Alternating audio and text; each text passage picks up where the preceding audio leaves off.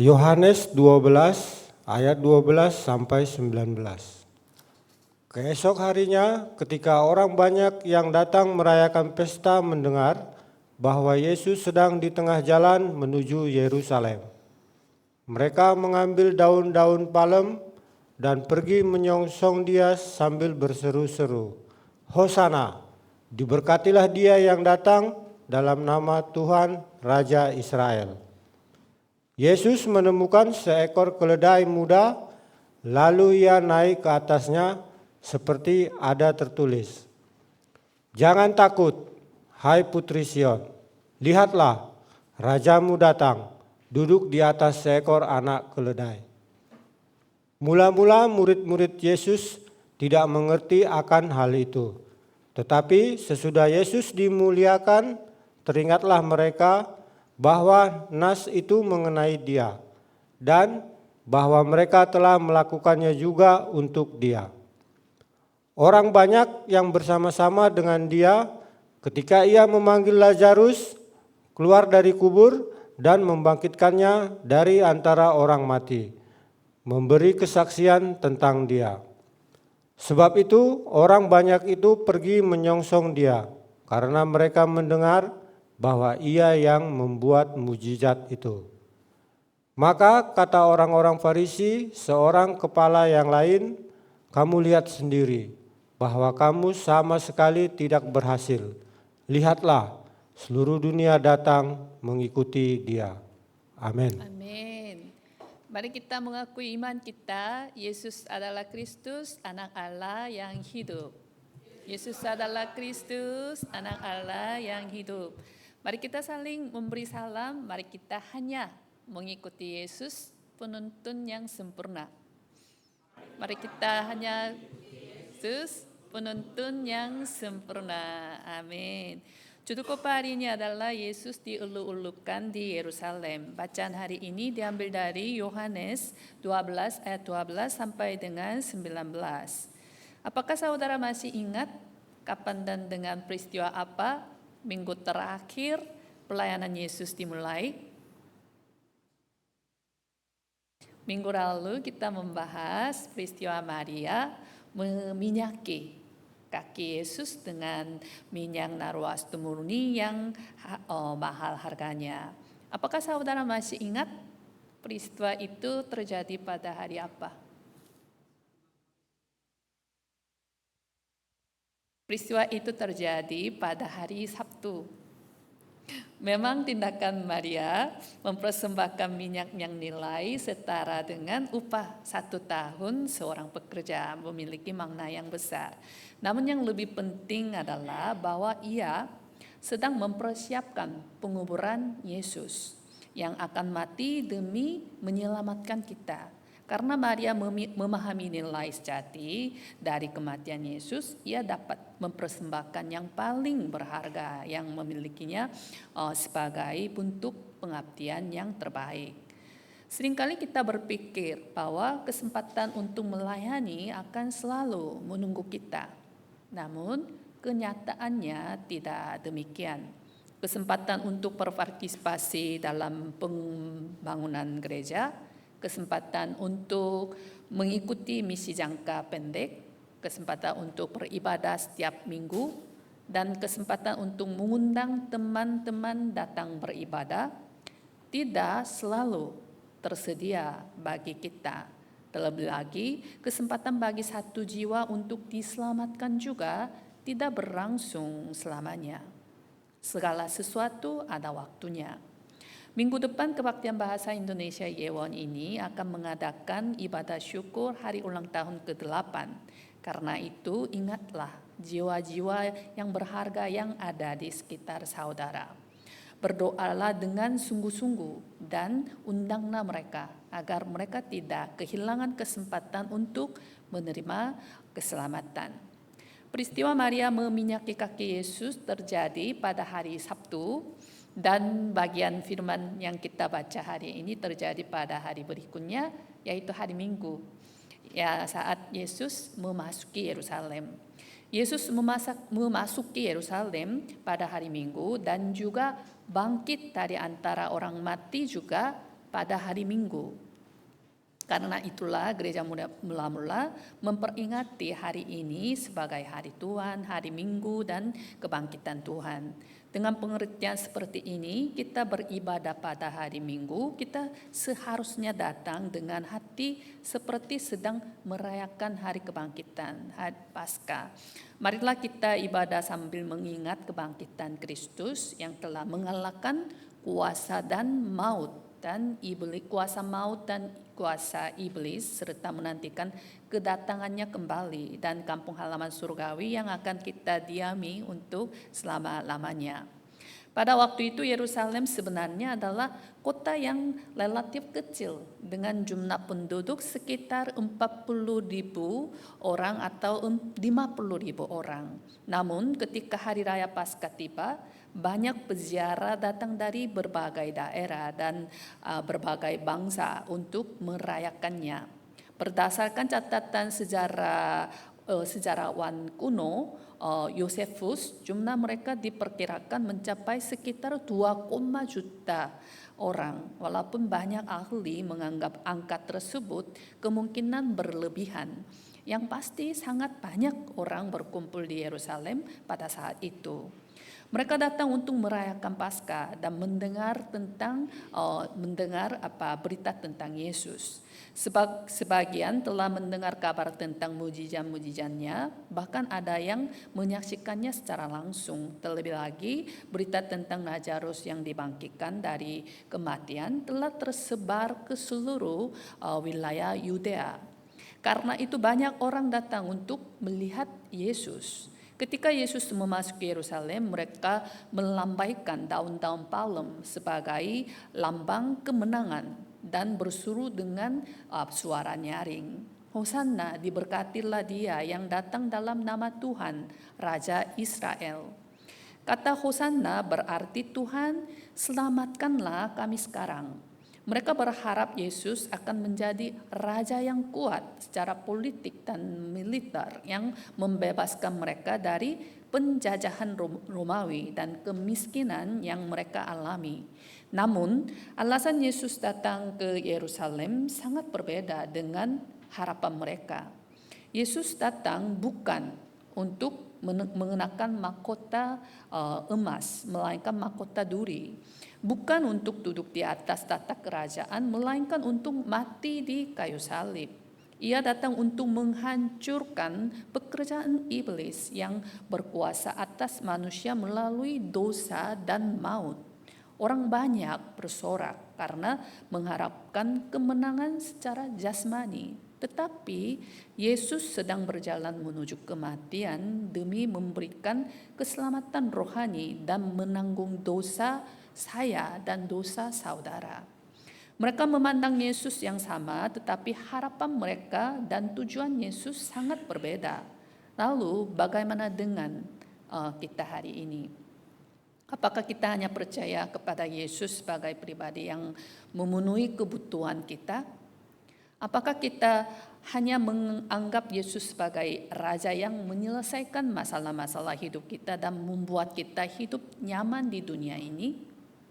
Ataukah kita sungguh-sungguh percaya kepada Yesus sebagai anak Allah, Tuhan atas hidup kita, dan Kristus yang harus kita ikuti?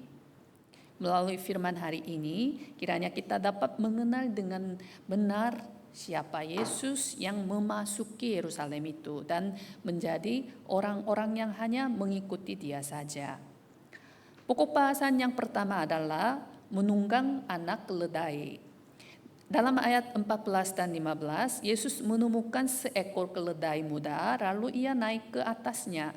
Seperti ada tertulis, jangan takut, hai putri Sion, lihatlah rajamu datang, duduk di atas seekor anak keledai. Pada zaman itu, orang yang memasuki Yerusalem secara resmi biasanya adalah seorang raja atau panglima perang yang baru memenangkan peperangan. Mereka biasanya masuk dengan menunggang kuda atau kereta perang secara megah dan penuh kewibawaan. Hal itu karena pada masa itu kuda melambangkan kemenangan, kekuatan, kekuasaan, penaklukan, dan kemenangan. Namun Yesus tidak menunggang kuda. Sebaliknya ia memasuki Yerusalem dengan menunggang seekor anak keledai yang biasa dipakai untuk bekerja di ladang dan mengangkut barang, seekor hewan yang tampak sederhana dan tidak istimewa. Melalui hal ini, Yesus menunjukkan bahwa ia bukanlah raja dunia yang memerintah dengan kekuasaan dan melampas milik orang lain, melainkan Mesias yang telah dinubuatkan berulang kali dalam perjanjian lama. Raja yang menang sekaligus raja damai sejahtera dan raja yang rendah hati, lemah lembut. Yesus sedang menggenapi dengan tepat firman yang telah dijanjikan Allah melalui Nabi Zakaria ratusan tahun sebelumnya. Dalam Zakaria 9 ayat 9, bersorak-soraklah dengan nyaring, hai putri Sion, bersorak-soraklah, hai putri Yerusalem. Lihat, rajamu datang kepadamu, ia adil dan jaya. Ia lemah lembut dan mengendarai seekor keledai bebadan muda. Di dalam Alkitab, ketika kata putri digunakan bersama nama sebuah kota dan wilayah, istilah itu menunjuk kepada seluruh penduduk yang tinggal di tempat tersebut. Karena itu ungkapan putri Sion, putri Yerusalem berarti seluruh rakyat yang tinggal di Yerusalem. Bahkan hari ini ungkapan itu juga mengingatkan kita semua yang mengaku Yesus sebagai Kristus dan telah menjadi Yerusalem rohani milik Allah. Ada alasan rohani yang sangat penting mengapa Yesus memilih menunggang keledai dan bukan kuda. Seperti yang telah kita lihat sebelumnya, banyak orang saat itu menantikan Mesias politik yang akan membebaskan Israel dari penjajahan Romawi. Mereka menginginkan seorang raja yang kuat yang akan menghancurkan Romawi dengan pedang dan kekuatan militer serta membawa kemakmuran dan kejayaan duniawi. Namun Yesus bukanlah raja yang menang dengan menumpahkan darah musuh melalui pedang dan peperangan. Sebaliknya, ia datang sebagai raja damai yang mempersembahkan dirinya sendiri sebagai korban yang sempurna, satu kali untuk selama-lamanya, untuk mendamaikan Allah dengan manusia berdosa yang telah menjadi musuhnya karena dosa. Yesus datang untuk memikul beban dosa orang-orang yang letih lesu dan berbeban berat. Sebagaimana anak keledai membawa Yesus memasuki Yerusalem, demikian pula Yesus sendiri memikul dosa-dosa kita dan berjalan menuju Golgota, menuju salib. Melalui karyanya itu, manusia yang dahulu menjadi musuh Allah diperdamaikan dengan Allah. Mereka yang berada di bawah kuasa dosa dan maut memperoleh kebebasan sejati dan damai sejahtera yang sejati. Dalam 2 Korintus 5 ayat 18, dan semuanya ini dari Allah yang dengan perantaraan Kristus telah mendamaikan kita dengan dirinya dan yang telah mempercayakan pelayanan pendamaian itu kepada kami. Yesus adalah Raja Damai yang datang untuk menyelamatkan umat manusia dari dosa. Ia adalah Raja yang rendah hati yang memberikan kebebasan sejati. Seluruh firman yang telah dinubuatkan dalam perjanjian lama telah digenapi tanpa satu pun yang gagal. Dalam Yohanes 19 ayat 30 sudah selesai. Ungkapan sudah selesai dalam bahasa Yunani adalah tetelestai. Ini bukan sekedar berarti hidup Yesus telah berakhir, melainkan sebuah deklarasi bahwa seluruh rencana keselamatan Allah telah diselesaikan dan digenapi dengan sempurna. Kelahiran Yesus, pelayanan Yesus, kematian Yesus, kebangkitan Yesus, semuanya merupakan penggenapan janji Allah. Dan di dalam Dia terdapat jawaban bagi seluruh persoalan yang harus diselesaikan umat manusia. Karena itu, saya berdoa agar seluruh Jemaat Kebaktian Bahasa Indonesia Yewon percaya bahwa janji Allah pasti digenapi. dan menjadi saksi-saksi Kristus yang datang sesuai kitab suci, mati sesuai kitab suci, bangkit sesuai kitab suci. Pokok bahasan yang kedua adalah sesudah Yesus dimuliakan dalam ayat 16 sampai dengan 19.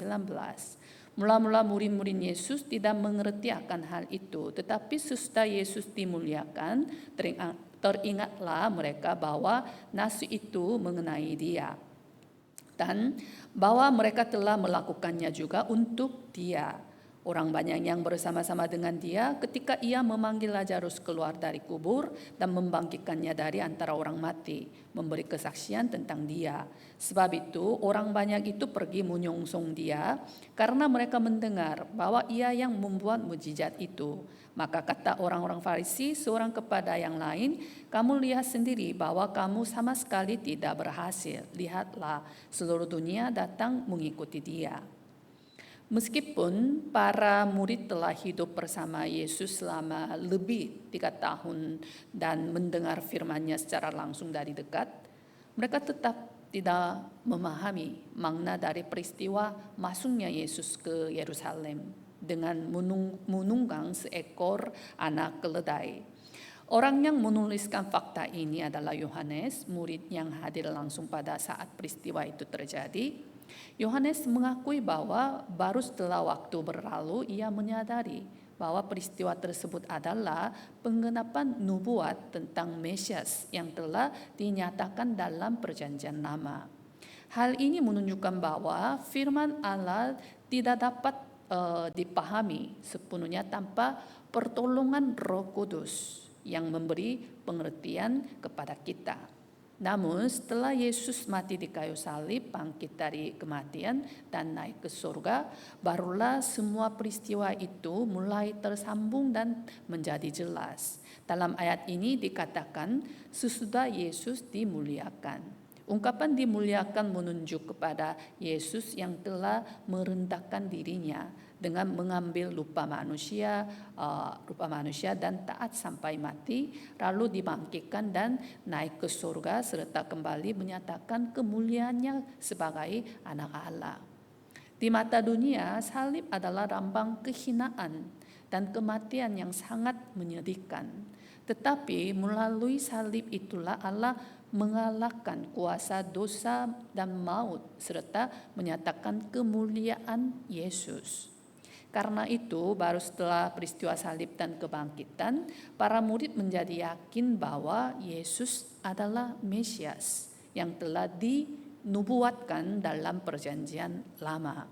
Dengan pertolongan Roh Kudus, mereka akhirnya memahami makna yang sesungguhnya dari peristiwa tersebut.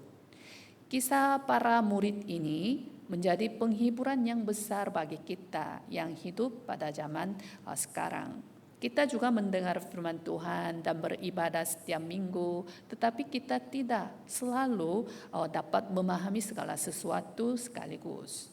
Dalam perjanjian hidup ini ada banyak hal yang tidak kita mengerti. Namun Yesus, gembala yang baik, Yesus yang mengetahui segala sesuatu, tetap memimpin dan menuntun hidup kita dengan sempurna sampai hari ini.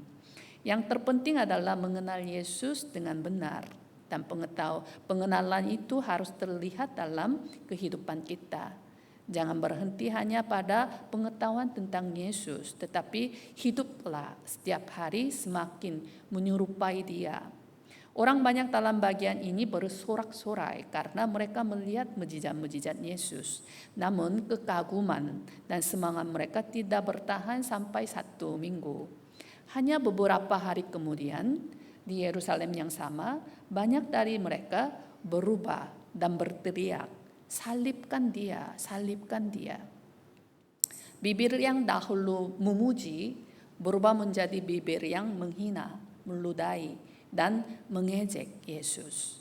Bersukacita karena mukjizat adalah hal yang mudah. Tetapi mengenal Yesus dengan benar dan berjalan bersamanya di jalan salib bukanlah hal yang mudah. Tetap mengikuti Tuhan ketika segala sesuatu tidak berjalan sesuai keinginan kita, tetap setia Meskipun tidak melihat mujizat yang kita harapkan, itulah jalan seorang murid yang sejati.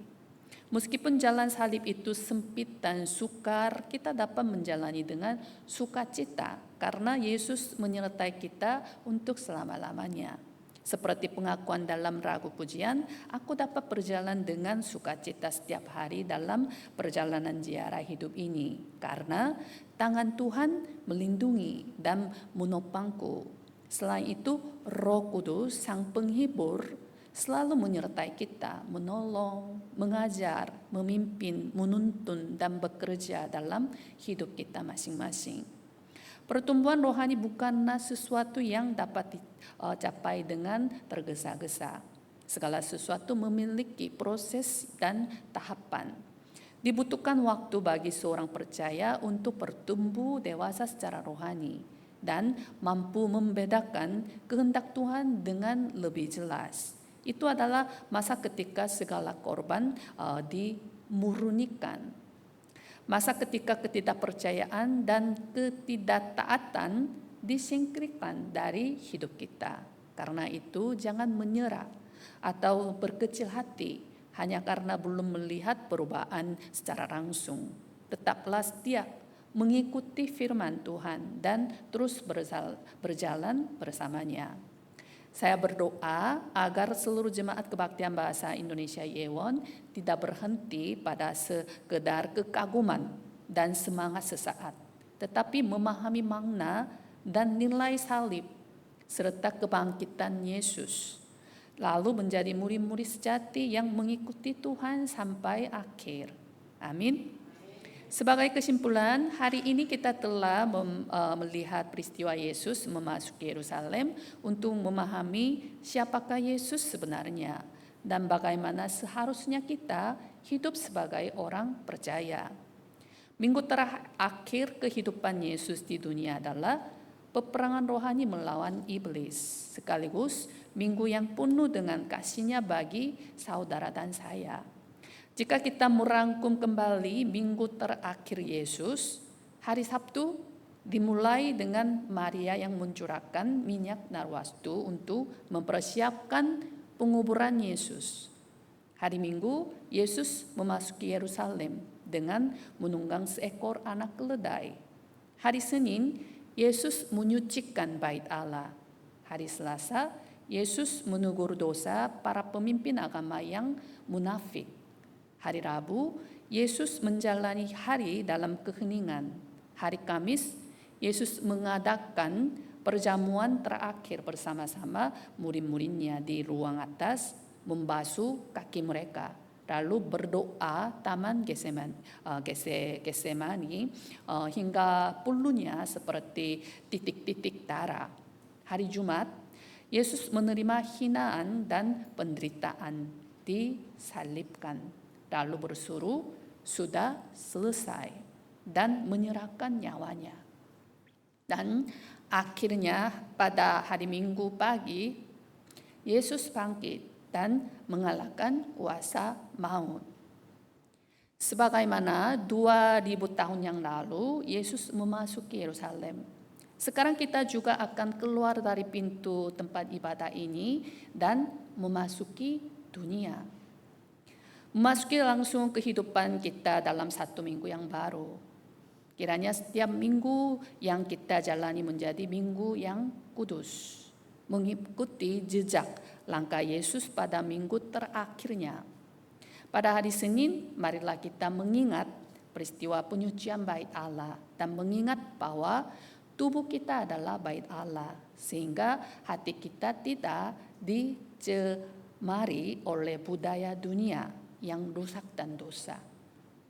Pada hari Selasa, marilah kita hidup bukan dengan iman yang munafik, tetapi dengan iman yang sama antara perkataan dan perbuatan, dengan berani menyatakan bahwa kita adalah pengikut Kristus dan menyebarkan keharuman Kristus melalui kehidupan kita masing-masing.